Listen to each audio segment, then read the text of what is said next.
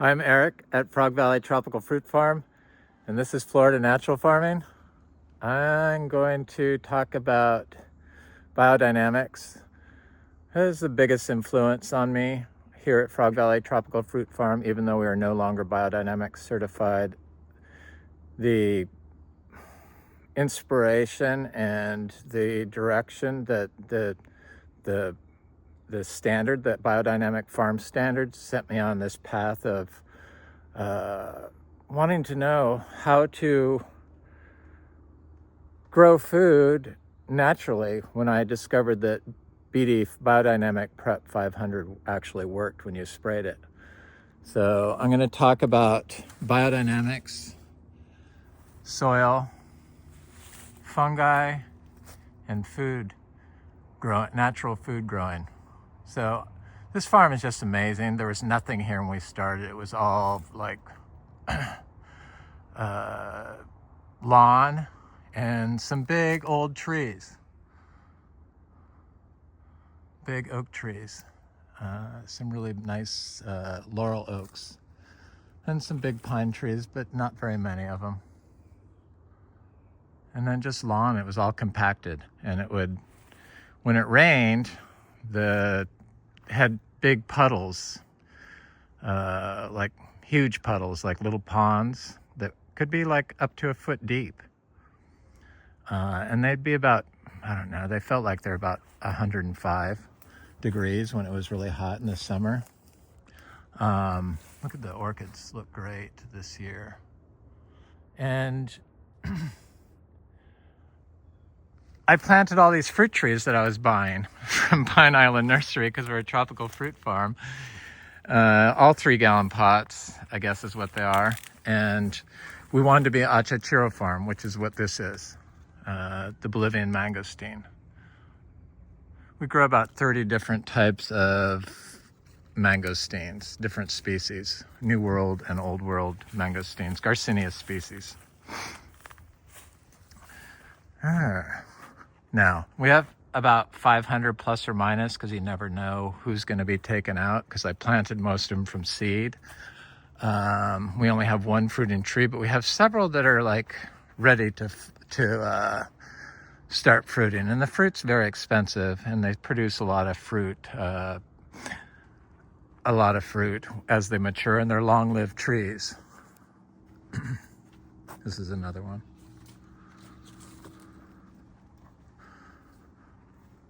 So getting stuff to grow here, we didn't have a well. We did not have a well. And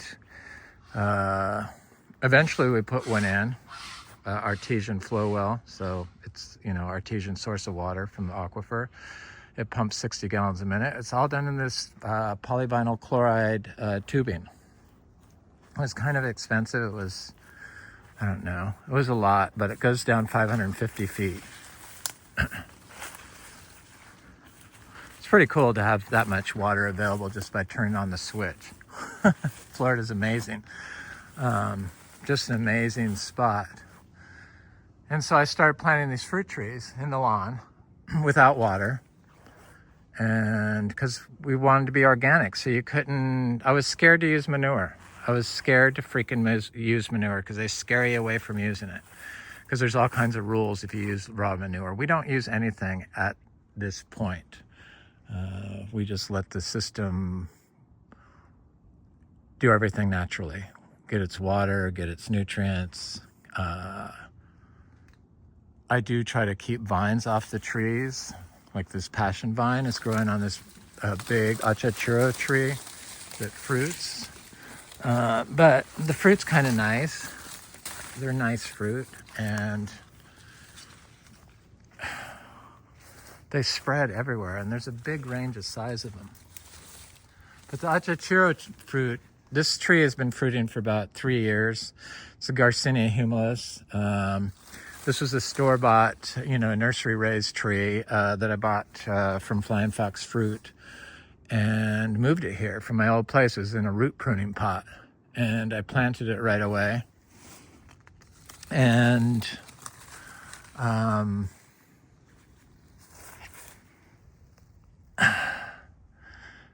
would sit and stare at it for hours, for years on end, because we've been here 9 years now. We're on our 9th year, and I would just like try to look for it flowering, and it just never flowered year after year after year. Finally, on like the 5th year, I got some Garcinia livingstonii trees to start fruiting, the African mangosteen. And I took the leaves and the flowers of it, and I made a tea out of it, and I sprayed this tea, and we got miniature zebus that year. Must have been 2019. And our little miniature zebu cows. So as soon as we got the zebu cows, I did a spray of all the manure everywhere. And after that, I made Biodynamic Prep 500, the horn manure. And I made, 1 year I made 90 horns. But that year it flowered and fruited. So I got a couple of fruit off of it. And so it's been fruiting since 2019, I guess. 2020 probably. 2019 it started fruiting. I remember. It was before COVID. So every year it gets more and more fruit, and the fruit on that is really expensive. I try to take as many seeds as possible off that and plant them. But so many people try to come by here and get fruit, or do come by and get your fruit, try to get it. I do hoard my fruit.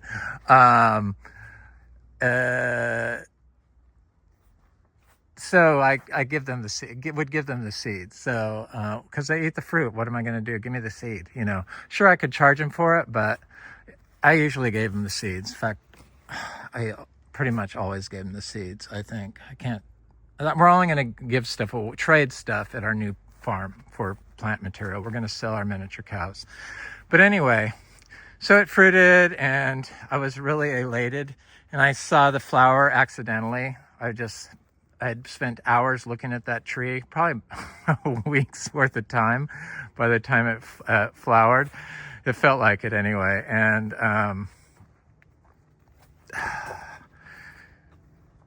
it was just a really exciting year. So we still had these ponds, and a lot of our trees died. So we got our property connected to water. We became biodynamic, and because you had to wait 3 years, because they sprayed Roundup, and they used ant killer, and they used all kinds of pesticides and herbicides on this place probably for years and years and years, I would guess, since the 80s. And that's just how they do it in Florida. And I read that pesticides cause 73% increase in colon cancer. That's scary. But anyway, so we got the water connected, and we turned it on. We did artesian drip system to all the grafted trees. None of the bananas ever got it, and none of the mangoes ever got it. But this like Garcinia intermedia got it, and that Garcinia intermedia got water. And it was the wrong pH. I connected about 100 Rollinia trees to the artesian drip, and the trees started getting black spots on them, and they eventually all died. And so our bananas started getting fungal issues, which we hadn't had at that point. I only had like 2 clumps, like 30 bananas total at this point, just in 2 clumps. And I started with 15 pups. And so I told my partner, I said, because he was complaining because nothing would grow, because I was afraid to use manure. But I started doing the biodynamic preps, and then I eased over to starting to use the manure after I got the cows. And I'd been making compost and stuff, but I did thermophilic compost, and the thermophilic compost really didn't produce a very good compost. And I was like, and Biodynamic didn't teach me how to use it. In Biodynamic Farm Standard, you have to make compost and start your seeds in it. So I followed that because I followed the rules and or the standards. And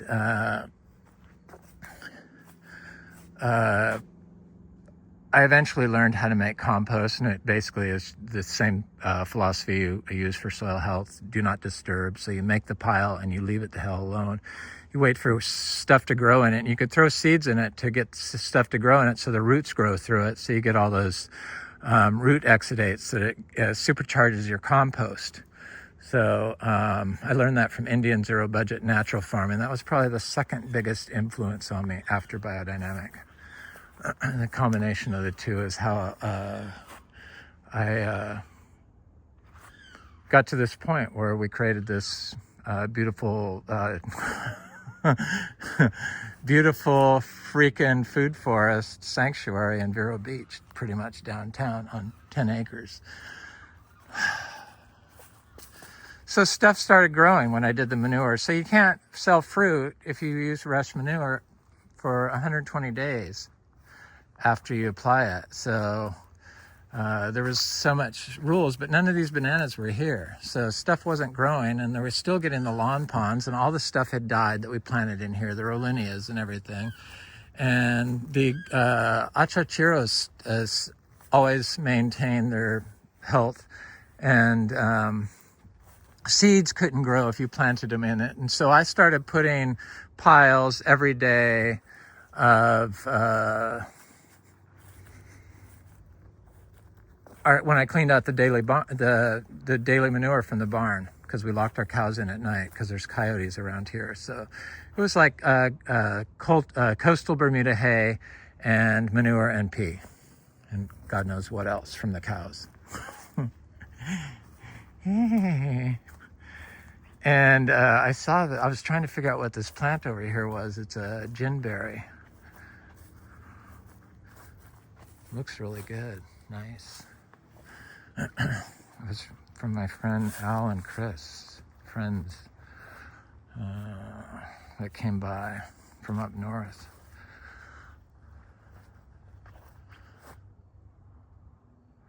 So orange sherbet mango.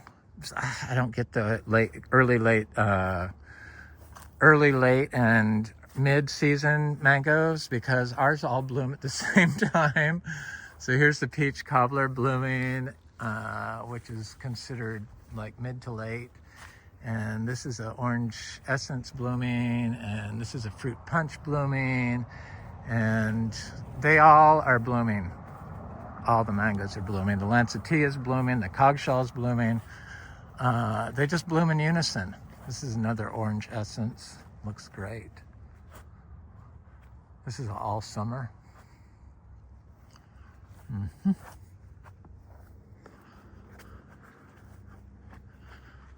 So I do the piles of manure, and we still had the lawn ponds. So I had made BD 500, and I decided one year to stop being organic certified because it was just giving me too much stress. And it's like, what do you need to check? You know, they don't test anything with scientific tests for pollutants or anything. So it's just like, but you have to follow all this format of rules. So, and the rule book's huge. So it just being that, and I could be biodynamic and not be organic certified. So I said, okay. So I was real organic certified too, but you can't be real organic certified if you're just biodynamic certified, which doesn't make any sense, because biodynamics base rule is you have to already be able to qualify for organic certified before you can start doing the biodynamic on top of it. So it didn't make any, it's bizarre. Why wouldn't you take biodynamic certification to stay real organic project certified? It made zero sense. But anyway, because it's Biodynamics, the original certifying agency. So I follow the Biodynamic Farm Standard. I just feel like there's a better way than just the BD 500. And so I had frost issues every year. All this valley around here is covered in frost. It's open cow fields. Nobody else has a lot of trees, except for these people next door have some. But all the rest of it's just open fields of cows, or used to be. And so these huge lawn ponds were in this this area, like through here. And so I had 70 or 90 horns that I had made one year.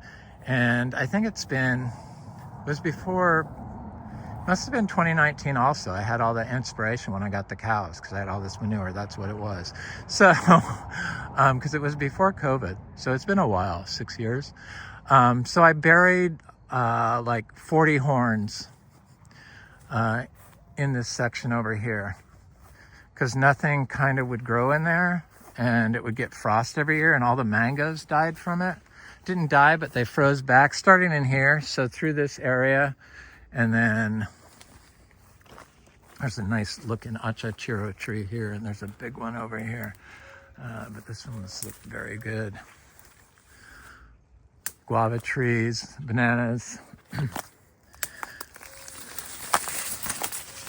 sugar cane.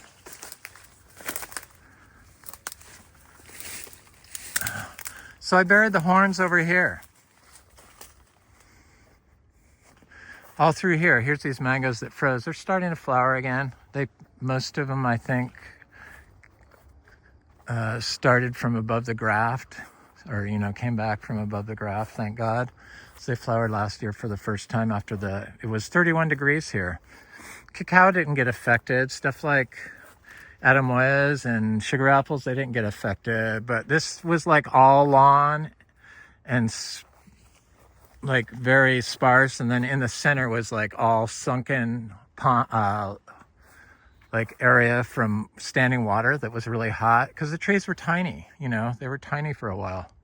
It was only 3 years after we'd been here, or 4 years, 2019. So we'd been here 4 years. So it was probably the first year I stopped being organic, I think it was, and biodynamic. I thought, well, I don't have to spray, so I have all these horns, so I'm just gonna bury them in the ground, like every 10 feet in this whole area where all these mangoes froze.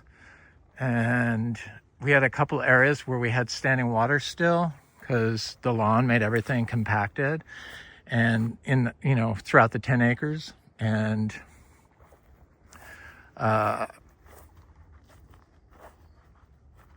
it was just a instinct I had to just rebury the horn after I dig it up on the spring equinox in these trouble spots every 10 feet.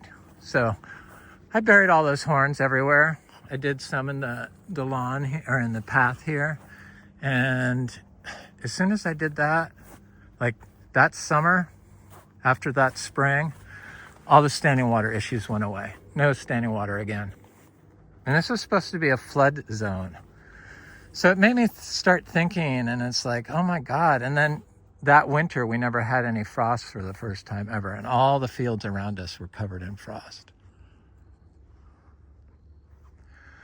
Because we usually get frost every year around here. It doesn't freeze, but it has been in 31. And our cashews seem to do just fine. Our cacao seems to do fine. Our cacao has held fruit at 31 degrees. And I don't know, it just was like, why did this work? What is this? Why is this going on? And it led me down this path of wanting to know what's going on.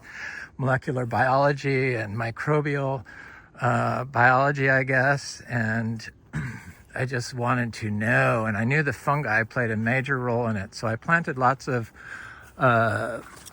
waxy leaf plants, sapodias. It's a good description of that. Mangoes are, jackfruit definitely are waxy. Bananas, I know, form relationships with fungi. And I just started planting more of those plants. Ginger, heliconia, and I just kept replicating, kept dividing and dividing and dividing, because that's what you have to do when you have a huge freaking piece of property that's just lawn and you want plants. You have to divide them. So all these came from one little tiny pot, all of this ginger, fungal ginger that looks like this.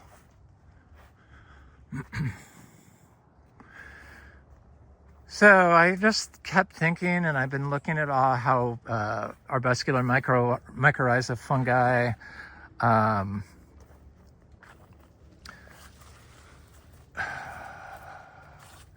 is symbiote of plants, so it works in unison with plant, or communally beneficial, and it attaches itself. The mycorrhizal fungi attaches itself to the root of the plant it's colonizing, and it's beneficial and is the trigger system. So it's the control system for abiotic and biotic stress. So cold and insect and disease. Cold, because that's the biggest fear of the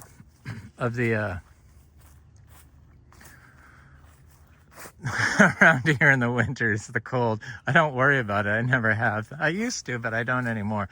It's very stress-free being able to naturally farm in Florida. So look at this. Garcinia humbromiana is starting to flower. It's flowering on the female tree. I'll go look at that. That surprised me. I don't think it's ever flowered in January. This is a male. You have to have a female. Waxy leaf plants. That's why we have 30 different species of Garcinias, different types of mangosteens. Mostly seed grown. And this was a small 1 gallon pot, about this big when I planted it, 4 leaves maybe. Tiny little twig out here. I planted everything without watering it, ever. Even, I never, for some reason, after I discovered I didn't have to water when I planted, I just continuously planted without watering, even when we had a well. So we only used the well for about 9 months when we put it in. I just started thinking about all this plastics and the bananas dying and all that stuff. So that's why we stopped using the water altogether. I told my partner, you have to trust me on this. And this path of wanting to know what is going on, I discovered that the fungi provide the water to the tree. Well, it makes sense. I have roots of fruit trees that go into the bananas, so they provide water to the tree via the fungi, probably, because the roots definitely, or the roots of the bananas definitely have a biofilm on them. So there's an interface, biological interface for communal support of species on them. These have been really good. These Gardnerianas. I love Garcinias. There's something to them. I crave them. And I forget how good they are for me. There's some big ones on here too. Until I got here.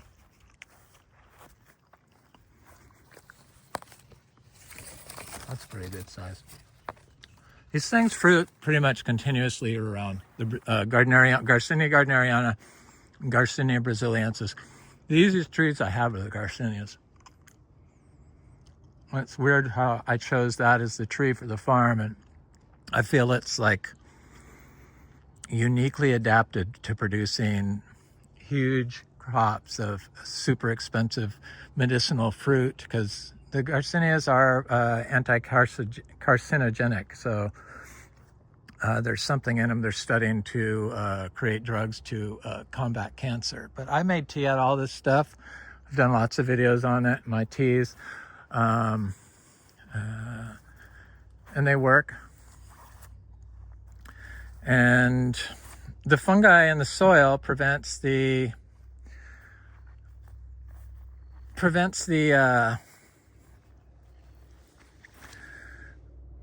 or it limits the amount of pollutants the tree is going to uptake. Got all these different organisms working together for the benefit of the tree.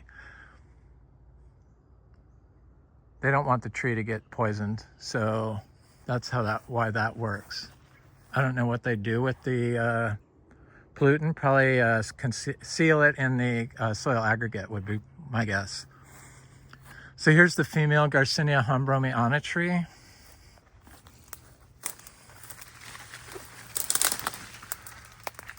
And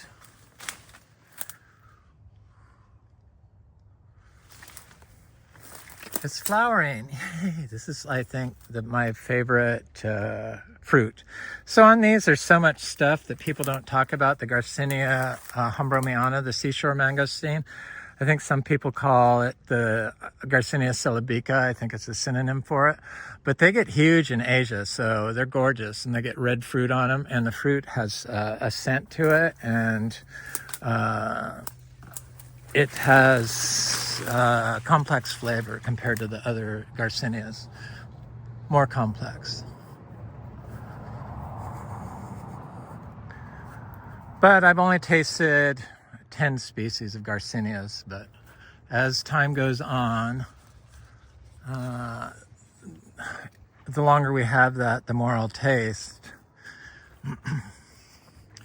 So yeah, I stopped doing the biodynamic preps. I still believe in the biodynamic farm standard, but what an inspiration and a solid foundation biodynamics is for anybody that wants to excel at regenerative farming. I just am more thankful to them for doing that, having that information available and that farm standard available to aspire to, and leading me on the path to discover the BD 500 buried as a soil inoculant on the spring equinox, the whole horn. And the reason why that works is because I do my BD 500 around a big old growth oak tree. This is I don't know, it's a laurel oak, but it's huge. I haven't seen a bigger one in Florida. And they used to mow right up to it. It's a beautiful tree, and I love it. And they were starting to die, these trees, and this tree is huge. I mean, it's like, I don't know, I should measure it. Look at the roots on it. So I buried the horns and made biodynamic compost. Just the way I make it, you just leave it the pile there, and with cow manure, fresh, holistically grown cows, and grass, a little bit of urine, and walk away, and then let plant roots grow in it.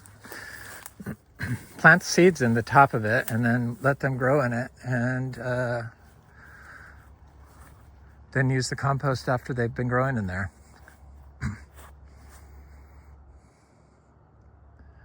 It enriches it. So it's all about the fungi and building them up. And so those little horns are reburied. The BD 500 horn are like little houses for fungal habitat or inhabitants.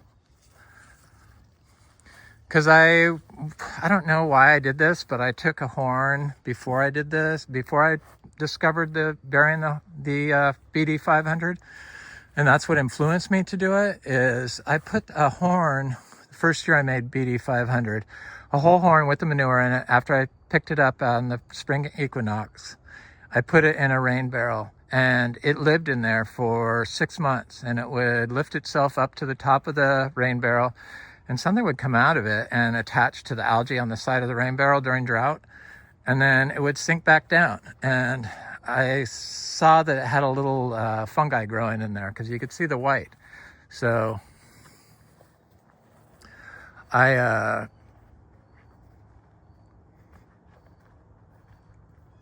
just watched it, and then the rainy season came and it got washed out of the barrel. So I saw it on the side of the barrel, and I planted it. And because I thought, I don't want to spray it because there's life in there. And so I buried it, and that's what influenced me to bury the horn. So, because I saw the fungi. So the little horn by BD500 is like a city center that expands and expands and expands when you plant them. And they connect to all your plants, and they connect the whole system together. And it made sense because when you take it out and you stir it, all those little particles oxidize. I don't think spores have started because the spores on mycorrhizal fungi are arbuscular. Sure, some are below ground, but you definitely see them. But this is the fungi growing through the soil on the path.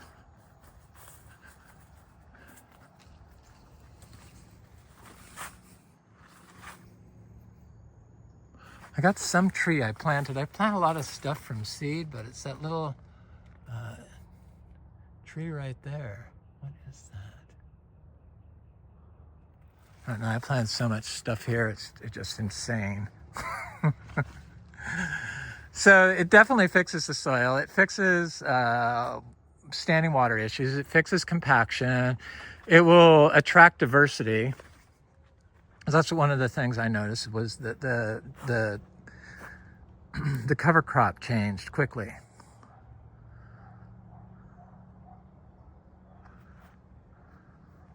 It's so pretty here. So that's those little seashore mangosteens. I got fruit off of it this year, a lot of fruit. We produce a lot of seeds.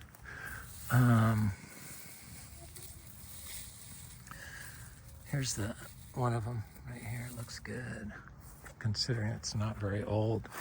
Our garcinias grow very fast. That's about 8 inches tall, just since summer, late summer.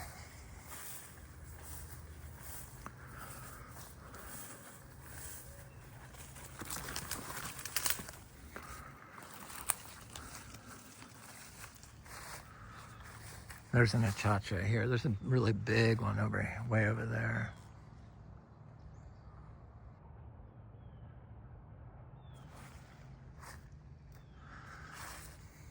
The cacao is looking really nice. There's an achacha here.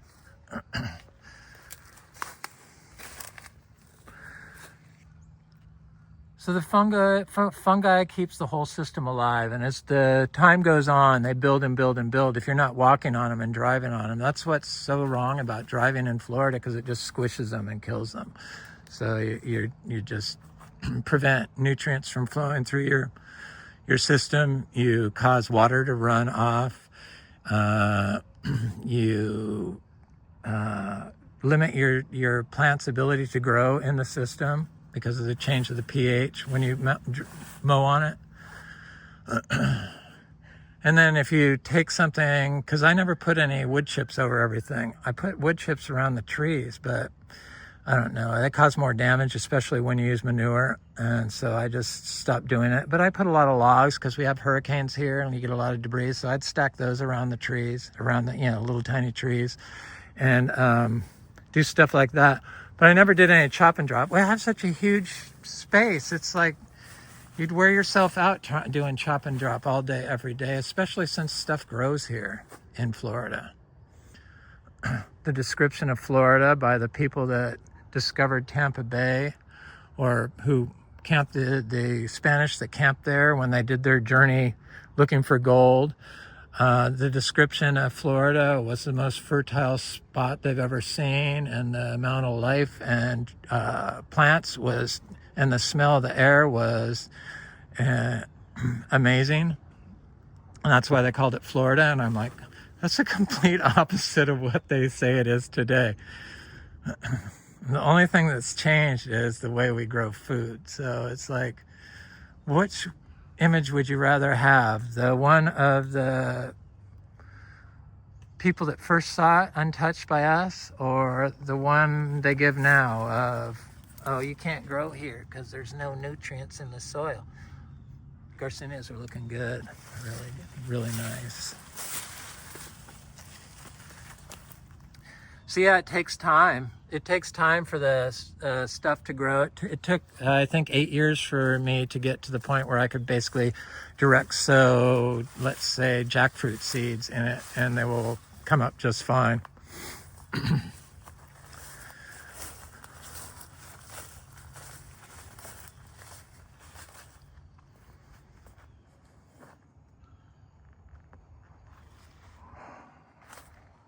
So I guess that we're going to drop our price and do our pictures of the house. My partner wants to go forward with selling it, but we'll see what happens. But I figured I'd let you know the the price first before it goes to listing, or changing contract on the MLS. We're going to lower it to 1.7, and take it from there. Our agent got scared that I was going to, he must have watched my last video. Sorry, Renee. That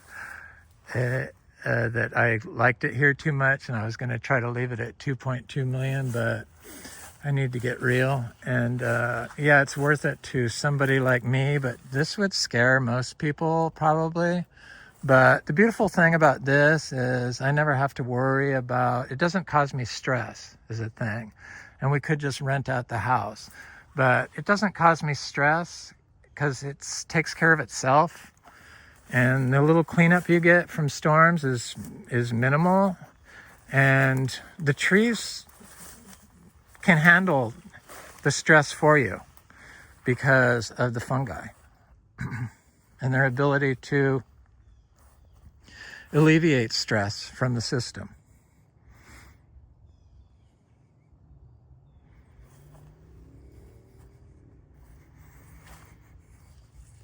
To tell me we need to water Florida after seeing how this place functions shows me that Florida could really be the breadbasket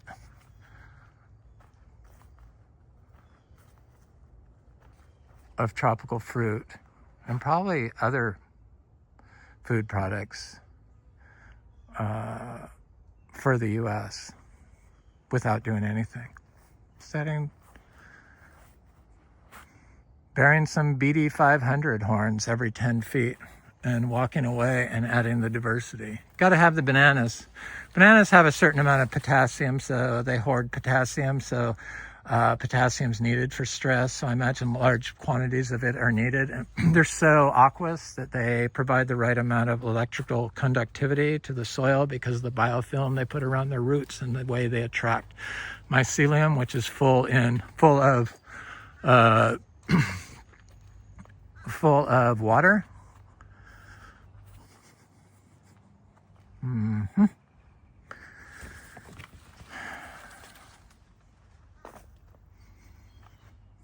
Beautiful. I love it here. I'm going to be here for a while. I like it here in the winter. It's nice. It's very nice. Having all this fruit, can't beat it. I found a big Rollinia on my Rollinia tree. Not big, but it's like the size of a like 2 cashews together. Cashew fruit. Anyway, I'm Eric at Frog Valley Tropical Fruit Farm, and this is my video on biodynamics, soil, fungi,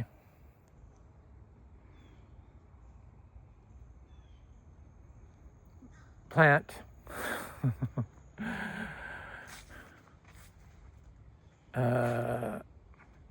I forget what it was called, spaced out, interface for food production. There's the cacao. She didn't give me any fruit this year, but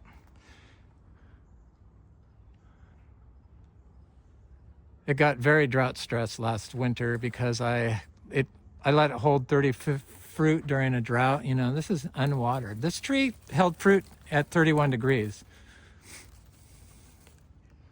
without any protection. I don't protect anything. I don't worry about it. That's a nice thing. Like I keep saying, you don't have to stress about the trees or the plants.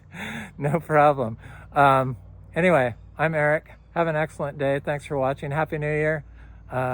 Please like, share, and subscribe, and leave a comment. I always enjoy hearing from you. Thanks. Have an excellent day.